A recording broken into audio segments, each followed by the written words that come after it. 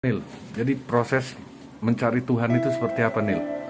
Nah, proses mencari Tuhan itu, jadi setelah kita cari Tuhan itu, setelah kita benar-benar hancur, yang berdasarkan, Ya. ada hancur kita kan, saudara, memang izinkan Tuhan nggak nolong kita, itu saudara. Rekanan bisnis kita, memang Tuhan izinkan tidak lagi bisa berhubungan dengan kita. Semua keran-keran berkat ditutup Tuhan. Nah itu perasaan. Jadi sekarang gimana lagi? Ku andalkan si A, si B, mau pinjam duitnya, ku andalkan si bisnisan ini, bisnisan itu, semua nol. Nah balik lagi ke Tuhan. Balik ke Tuhan tuh aku bilang begini, Tuhan jangan ambil nyawaku, jangan ambil nyawa istriku, jangan ambil nyawa anak-anakku. Biarlah semua harta-harta ini habis ke dalam Tuhan.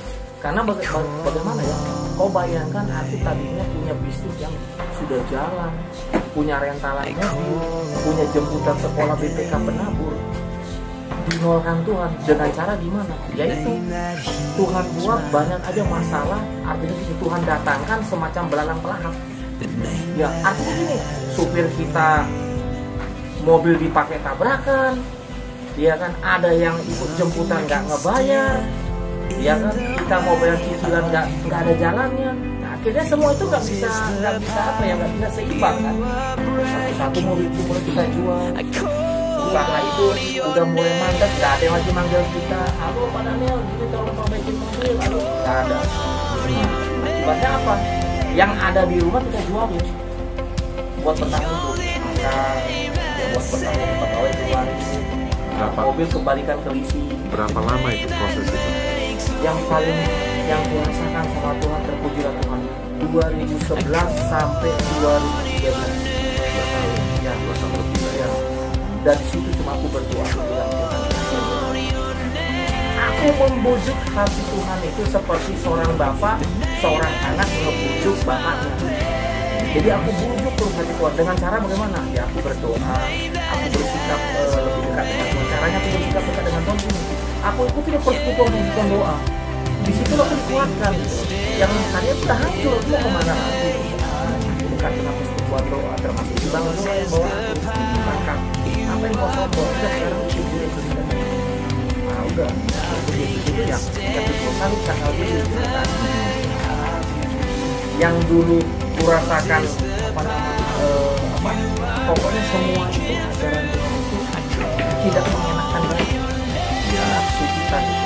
Nah, jadi ya itulah kita harus jauh dari hal-hal yang tak sampai senang itu kita jauh. Itu yang sudah dilakoni dari dulu. Berdoa baca firman pelakoni untuk persekutuan doa. Kalau dulu tulisan KTP, tulisan nama pertobatan. Aku orang itu aku misalnya mobil mau jual, tidak beda laku tinggi. Jadi orang yang Merugikan orang lah istilahnya. Iya. Apalagi dia tuh sama orang biar di dekatnya lagi yang punya banyak uang kaya. Sekarang mungkin sudah Jadi keluar baru 4. Kasih satu 5 baru baru. Kasih banyak brand terbaru. Brand kasih aku Asia yang senior nanti Tuhan kasih aku tahun waktu bangun hati dan apa tidak tapi ini mungkin nanti boleh buat aku karena barang-barang dari Amerika dan Australia. Pertanyaannya kenapa baru bisa sekarang aku dapat itu?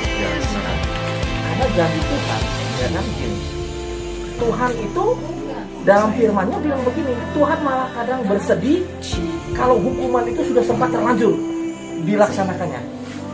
Tapi Tuhan itu berbalik seperti seorang bapak kepada anaknya, sudah melakukan penghukuman, tapi begitu anak itu menangis, memohon, berseru, dia hatinya terenyuh gitu loh. Ditangkapnya lagi, dirangkulnya lagi, dipeluknya lagi, dan dipulihkan. Nah pemulihan itu yang kurasakan sungguh hebat Tuhan. Jadi prosesnya bertahap, step by step. Yang kurasakan itu cara Tuhan bertahap. Jadi nggak langsung aku dikasihnya naik ke atas, bertahap. Jadi mulai dari sisi kesehatan, dari sisi rumah tangga, juga paling nggak pernah aku sopan kalau istri, paling kasar. Diam kau, aku bilang, aku nggak cari uang, aku bilang, nggak tahu apa-apa kau.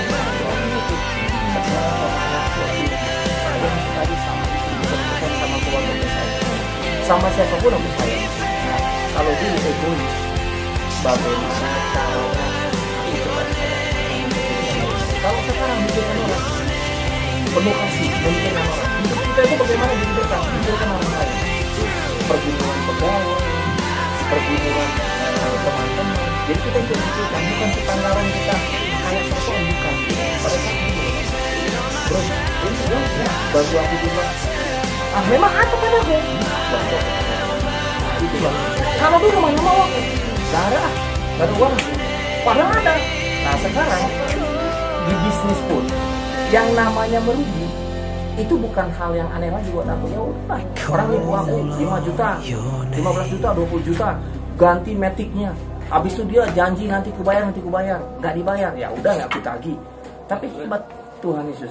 Ada aja jalan Tuhan. Aku punya bisnisan yang lain pun sama Tuhan dibukakan jalan. Ada orang yang beli barang, ada sultan yang mempercayakan, bang, tolong bikinkan aku mobil. Ini ada uang 1,5 miliar. 1,5 miliar aku nggak ikut tender, cuy. Ini kesaksian. Sementara di pemerintah 300-600 juta ikut tender. 1,5 miliar. Tolong bikinkan aku mobil yang speknya kayak begini. Kalau bukan Tuhan Yesus yang jamah hatinya, nggak akan mungkin ditransfernya 1,5 miliar ke rekeningku. Itu sudah beberapa kali terjadi. Dan yang hebatnya, jadi bukan yang seiman dengan kita, yang Tuhan datangkan. Saudara kita. Seberang lautan lah ya. Seberang. Nah, itulah cara Tuhan. Nah, di sini bantu aku juga. Ah, memang asap padamu. Bantu.